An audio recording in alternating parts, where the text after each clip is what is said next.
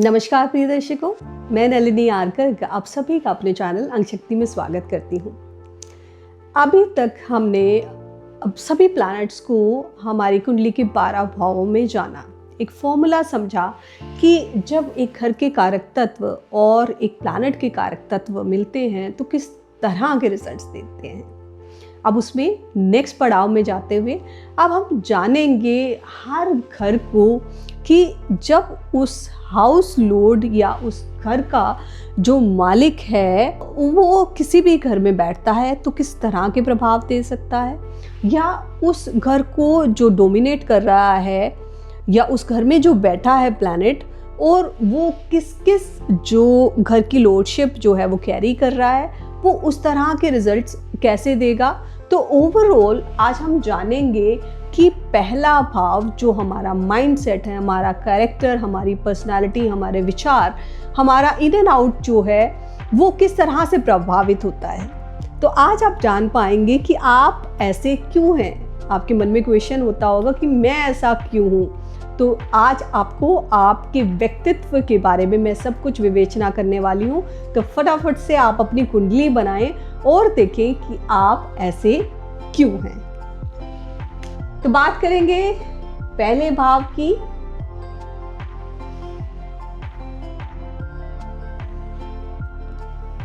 अब धीरे धीरे एस्ट्रोलॉजी के मार्ग पर आगे बढ़ रहे हैं और बहुत सारे क्वेश्चंस आपके मन में जो चलते रहते हैं अपने बारे में, आपके सराउंडिंग्स, आपके काम, सब चीज़ों के बारे में बहुत कुछ आप डिकोड करना सीख जाएंगे जब धीरे धीरे इस तरह से सभी भावों की विवेचना सभी लॉर्डशिप्स के साथ हम करेंगे अब इन आने वाले सीरीज इन वीडियोस में। सो पहला भाव, आज का हमारा जो टॉपिक रहेगा वो सिर्फ और सिर्फ पहला भाव होगा। पहले भाव में हमने सभी प्लैनेट्स को रखकर जान लिया है कि वो किस तरह के प्रभाव दे सकते हैं। हमने 9 के 9 प्लैनेट्स को प्रथम भाव में जाना है। अब हम सिर्फ बात करेंगे कि जब फर्स्ट लॉर्ड फर्स्ट हाउस में बैठता है, सेकंड लॉर्ड बैठेगा या थर्ड बैठेगा तो किस तरह के रिजल्ट्स आपको आपके व्यक्तित्व पर्सनालिटी में दिखाई देंगे। तो आज हम हाउस टू हाउस की बात करने वाले हैं। अभी तक हमने हाउसेस एंड प्लैनेट्स को समझा था, अब हम लॉर्डशिप के बारे में जानेंगे। हाउसेस टू हाउसेस चीज़ों को कैसे समझना है वो हम समझेंगे। हाँ, फॉर श्योर किस तरह का प्लैनेट बैठा है, प्लैनेट अपने कारक तत्व हमेशा ही देगा। अगर फर्स्ट हाउस में सैटर्न बैठा है तो आपको डिलेज, डिसअपॉइंटमेंट्स होंगे, आप कर्मयोगी होंगे, आप हार्ड वर्किंग होंगे। सन बैठे हैं तो आप अथॉरिटेटिव होंगे, आपकी पर्सनैलिटी पिता जैसी हो सकती है। मून बैठे हैं तो आपका गोल चेहरा हो सकता है, आप बड़े सौम्य हो सकते हैं, आप बड़े चंचल होंगे, mood emotions up and down होंगे। जब अगर हम बात करें राहु की तो आपको इल्यूशन किसी तरह की भ्रांतियाँ देता है, एक्सट्रीमिस्ट बनाता है। केतु की बात करें तो आपको इंट्यूटिव बनाता है, स्पिरिचुअल बनाता है, डीप विजडम आपके पास हो सकती है। गुरु बैठे हैं, जुपिटर बैठे हैं तो आप जुपिटर की क्वालिटीज़ रखेंगे, एक्सपेंशन का कारक है। तो कारक तत्व हमेशा काम करेंगे ही जो प्लैनेट के पास जो भी है। अगर मार्स बैठा है तो एनर्जी, करेज वो शो करता है, थोड़ी एंग्जाइटी, कन्फ्लिक्ट शो करता है, तो वो आपके पास रहेंगी। आपके व्यक्तित्व में आपको वो प्लैनेट की कैरेक्टरिस्टिक्स ज़रूर दिखाई देंगी, पर वो किस हाउस के लॉर्ड हैं वो भी ज़रूर कहीं ना कहीं वो रिफ्लेक्ट ज़रूर करेगा आपके माइंडसेट में, आपके पर्सनालिटी और कैरेक्टर में। अगर हम बात करें तो कैसे इस चीज़ को देखते हैं, थोड़ा मैं कोशिश करती हूँ कि मैं आपको क्लैरिटी दे पाऊँ। मानिए अब हमने हाउसेस को, मैंने बोला कि ये फिक्स्ड होते हैं, ये हमेशा first house, second, third, fourth, fifth, ये ऐसे ही एंटी क्लॉक चलेगा। आपने अपना बर्थ चार्ट बनाया होगा तो किसी के आप देखेंगे कि मान लीजिए यहाँ तीसरा नंबर लिखा है। यहाँ हम जब नंबर्स यहाँ पर लिखेंगे ये राशियाँ होंगी, घर फिक्स्ड हैं तो हम कभी भी घर के नंबर नहीं लिखते हैं। तो पहले भाव में जो राशि है वो आपका लगन है, ठीक है। तो ये थर्ड नंबर यहाँ लिखा हुआ है तो जेमिनी हैं आप, जो है आप मिथुन लगना है। अगर यहाँ पर थर्ड नहीं लिखकर अगर फिफ्थ लिखा है, पांचवी राशि, फिर यहाँ 6, 7, 8, 9 इस तरह से चलेंगे हम इस क्रम में। और आप जो है लियो असेंडेंट हैं। अगर हम यहाँ पर 8वां रखें तो 8वीं राशि कौन सी है, आप जो है स्कॉर्पियो असेंडेंट हैं।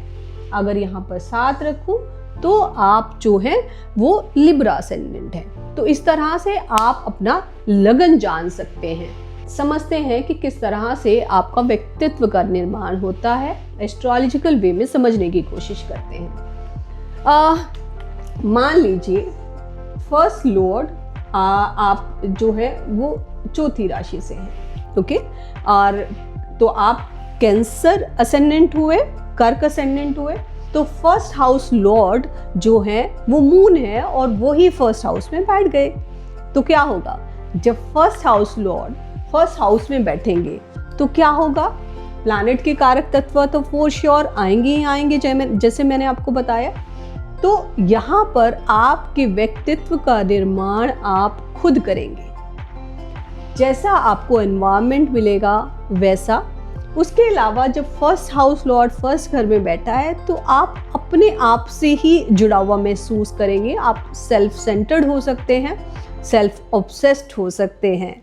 और उस राशि की मैंने विवेचना की है, मैंने बताया कि आपको अब जब कैंसर असेंडेंट है तो आपका इमोशनल होना बनता है, आप केयरिंग होंगे, आप बड़े चंचल होंगे, बहुत जल्दी इमोशनल उतार चढ़ाव होंगे। तो इस तरह से हम चीज़ों को देखेंगे। तो अब मैं सिर्फ बात करने वाली हूँ लॉर्डशिप्स की, कि सेकंड हाउस के जो लॉर्ड हैं, तो अगर हमने 4 लिया तो यहाँ पर सेकंड हाउस लॉर्ड कौन हुए, वो हुए सन। अगर सन बैठेंगे तो किस तरह के प्रभाव देंगे, तो सन यहाँ पर बैठेंगे। जब second house Lord first house में बैठते हैं, उसको रूल करते हैं, तो देखिए सेकंड हाउस क्या है, सेकंड हाउस से हम अपनी स्पीच देखते हैं, सेकंड हाउस से हम अपनी फैमिली को देखते हैं, ये हमारा सस्टेनेंस है, ये धन का भाव है। तो ये सब चीज़ें आकर बैठ गई आपके व्यक्तित्व में। तो धन का होना आपके व्यक्तित्व में कहीं ना कहीं एक इम्पॉर्टेंट रोल प्ले करेगा। आप चाहेंगे धन आकर आपसे कहीं ना कहीं जुड़ गया है, तो आप के पास धन वन और द अदर वे आपके पास आ ही जाएगा जब धन के लॉर्ड आकर आपके पास बैठ गए हैं, आपके व्यक्तित्व में, आपके जीवन का एक हिस्सा हो गए हैं। आपकी पर्सनालिटी के ऊपर आपकी फैमिली का बहुत प्रभाव रहेगा। आपका फैमिली एनवायरनमेंट जो है वो आपको बहुत प्रभावित करेगा। आपको बोलने का बहुत शौक़ हो सकता है, खाने का बहुत शौक़ हो सकता है, बिकॉज ये सब जो कारक तत्व हैं वो सेकंड हाउस के हैं। अब बात करेंगे थर्ड हाउस। अगर थर्ड हाउस लॉर्ड जो है वो आकर बैठ जाते हैं हमारे फर्स्ट भाव में। अब थर्ड भाव किसका है, थर्ड भाव जो है वो है ब्रेवरी का, हार्ड वर्क का, करेज का, छोटी छोटी यात्राओं का। तो आप इन चीज़ों से जुड़ा हुआ महसूस कर सकते हैं। ये छोटे सिबलिंग्स का भी है, तो हो सकता है आपके छोटे सिबलिंग्स हो, आपको छोटे छोटे ट्रैवल्स करने को मिले जब थर्ड लॉर्ड आपके फर्स्ट हाउस में आकर बैठ जाता है। आपको फॉर श्योर परिश्रम करना पड़ेगा, हार्डवर्क करना पड़ेगा, आप करेजियस होंगे, साहसी होंगे। तो इस तरह से थर्ड लॉर्ड का इम्पैक्ट हमारी पर्सनालिटी पर इस तरह से पड़ता है। बात करेंगे चौथे घर की। अगर फोर्थ हाउस लॉर्ड हमारे फर्स्ट हाउस में आकर बैठते हैं तो किस तरह के प्रभाव देंगे। फोर्थ हाउस किसका है, माँ का है। उसके अलावा इमोशंस हैं जो हम फोर्थ हाउस से देखते हैं, हमारे सुख का भाव है, प्रॉपर्टीज़ देखते हैं, हम व्हीकल्स देखते हैं, घर का एनवायरनमेंट है, ये सब है चौथा भाव। तो जब फोर्थ लॉर्ड यहाँ पर आके बैठेंगे तो क्या होगा, आप कहीं ना कहीं आप अपनी माँ से बहुत, आपका व्यक्तित्व जो है वो इन्फ्लुएंस्ड होगा। आपके लिए सुखी होना, घर का एनवायरनमेंट अच्छा होना बहुत मायने रखेगा। आप अच्छी प्रॉपर्टीज़ और व्हीकल्स अर्जित कर सकते हैं अगर ये एक अच्छी प्लेसमेंट है। तो चौथे भाव को हम पहले भाव में इस तरह से देखते हैं। तो आपका व्यक्तित्व जो है, आपका माइंडसेट जो है वो कहीं ना कहीं अपनी माँ से प्रभावित होगा जब fourth house Lord first house में बैठते हैं। पांचवा घर, पांचवा घर क्या है, पांचवा घर जो है वो आपकी इंटेलेक्ट है, आपकी एजुकेशन है, ये इंजॉयमेंट भी है, ये बच्चों का कारक है, लव रोमांस हम यहाँ से देखते हैं। तो ये सब कार्य तत्व जो हैं वो आपको अपने व्यक्तित्व में दिखाई देंगे। आप अच्छी एजुकेशन प्राप्त कर सकते हैं, आप बच्चों से घिरे रह सकते हैं, बच्चों से बहुत प्रेम हो सकता है, लविंग रोमांटिक आप हो सकते हैं, आप काफ़ी इंटेलेक्चुअल बुद्धिमान हो सकते हैं जब 5th लॉर्ड 5वें हाउस के लॉर्ड जो हैं आपके प्रथम भाव में बैठते हैं। बात करेंगे 6th लॉर्ड। 6th हाउस किसका है? रोग रिपु ऋण। तो रोग क्या हो सकता है कि आपको कोई ना कोई डिजीज़, कोई प्रॉब्लम, हेल्थ इश्यूज दे सकता है। आपके बहुत शत्रु हो सकते हैं बिकॉज आप आर्ग्यूमेंटेटिव होंगे जब छठे हाउस के लॉर्ड 1st हाउस में बैठे हैं। उसके अलावा आप बैंकिंग सेक्टर में काम कर सकते हैं, हॉस्पिटल सेक्टर में इससे जुड़े हो सकते हैं। ये सेवा का भी घर है, तो आप में बड़ी सेवा भावना होगी जब 6th हाउस लॉर्ड आपके पास, आपके व्यक्तित्व में बैठे हैं। और यहाँ से हम जॉब भी देख सकते हैं। तो ऐसा हो सकता है कि आप किसी न किसी जॉब कार्य से जुड़े हो, आप जॉब सर्विस में हो जब 6th लॉर्ड जो है वो प्रथम भाव में बैठते हैं। बात करेंगे 7th लॉर्ड की। 7th लॉर्ड जब 7वें घर के लॉर्ड जो हैं वो आपके प्रथम भाव में बैठते हैं। अब 7वां घर किसका है? आपके पार्टनर, आपके स्पाउस का है। तो कई लोग कहते हैं ना कि शादी के बाद तुम बिल्कुल बदल गए, तो ऐसा तब उन केसेस में आप ज़रूर पाएंगे बिकॉज पार्टनर की पर्सनालिटी आपको कहीं ना कहीं ज़रूर इन्फ्लुएंस करेगी जब 7th लॉर्ड जो है वो प्रथम भाव में बैठे हैं। हस्बैंड कहेंगे कि बाल छोटे कराओ तो आप कराएंगे।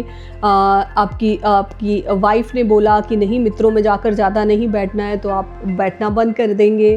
तो लोग कहना शुरू कर देंगे कि हाँ आप बदल गए हैं। बट यस, उसका इम्पैक्ट इसीलिए होता है क्योंकि जब 7th लॉर्ड जो है वो 1st हाउस में बैठते हैं। ये व्यापार को भी शो करता है, तो आप व्यापार में इंटरेस्टेड हो सकते हैं, आपका व्यापार कार्य हो सकता है, आपका कार्य क्षेत्र व्यापार हो सकता है। तो इस तरह से जब 7th लॉर्ड 1st हाउस में बैठेंगे तो वो रिजल्ट्स देंगे। 8th हाउस लॉर्ड जब पहले भाव में बैठते हैं, 8th हाउस क्या है? 8th house sudden losses and gains है, तो वो आपसे जुड़ गए।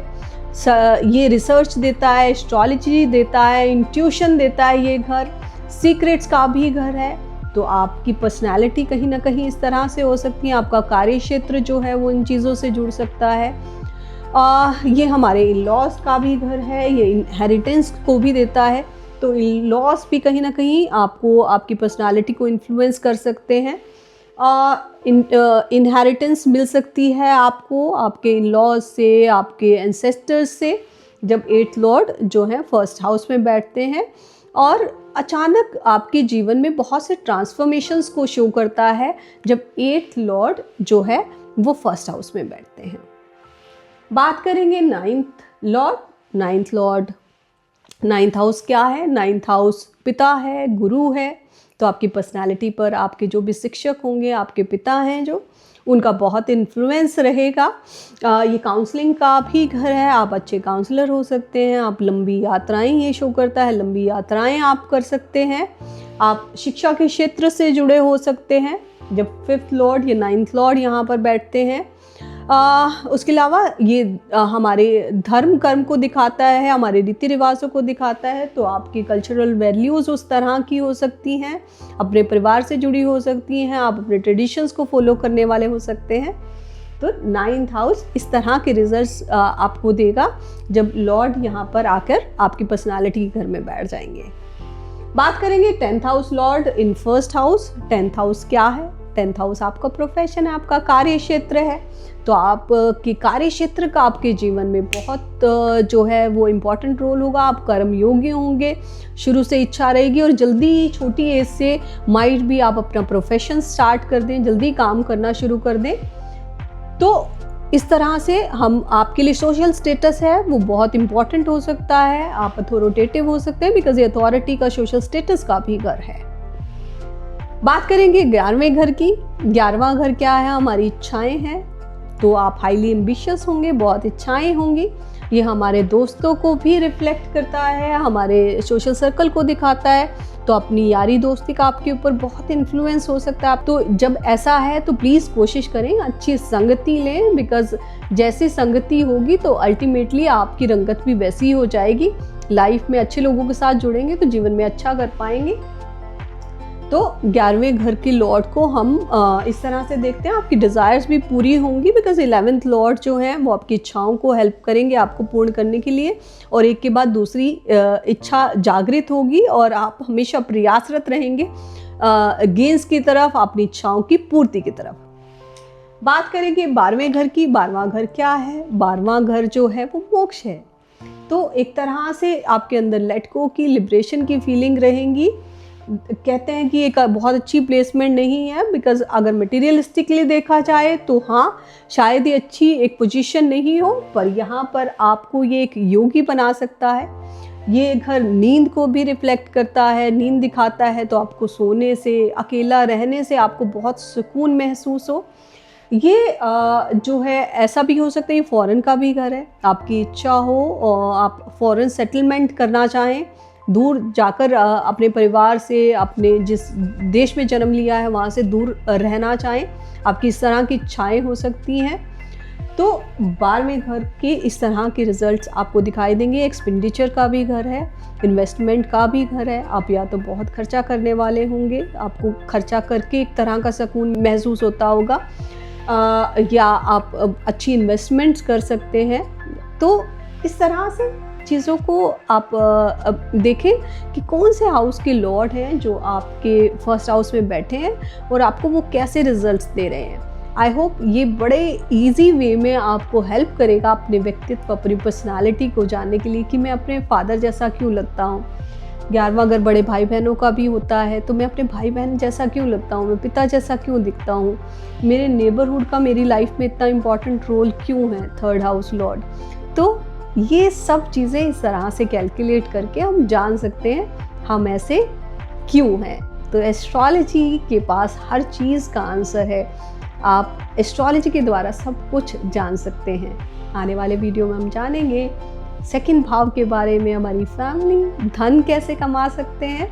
तो स्टे ट्यून्ड कि आप पैसा कैसे कमाने वाले हैं, नेक्स्ट वीडियो में हम डिस्कस कर सकते हैं। तो जिन्होंने मेरे चैनल को अभी तक सब्सक्राइब किया है उनका बहुत बहुत धन्यवाद। जिन्होंने नहीं किया है मैं उनसे रिक्वेस्ट करूंगी मेरे चैनल को अभी सब्सक्राइब करें, मेरे वीडियोस को मैक्सिमम लाइक एंड शेयर करें, ताकि सब एस्ट्रोलॉजी की मदद से अपने आप को जान पाएं, अपने जीवन को कहीं ना कहीं एक बेहतर दिशा दे पाएं। धन्यवाद।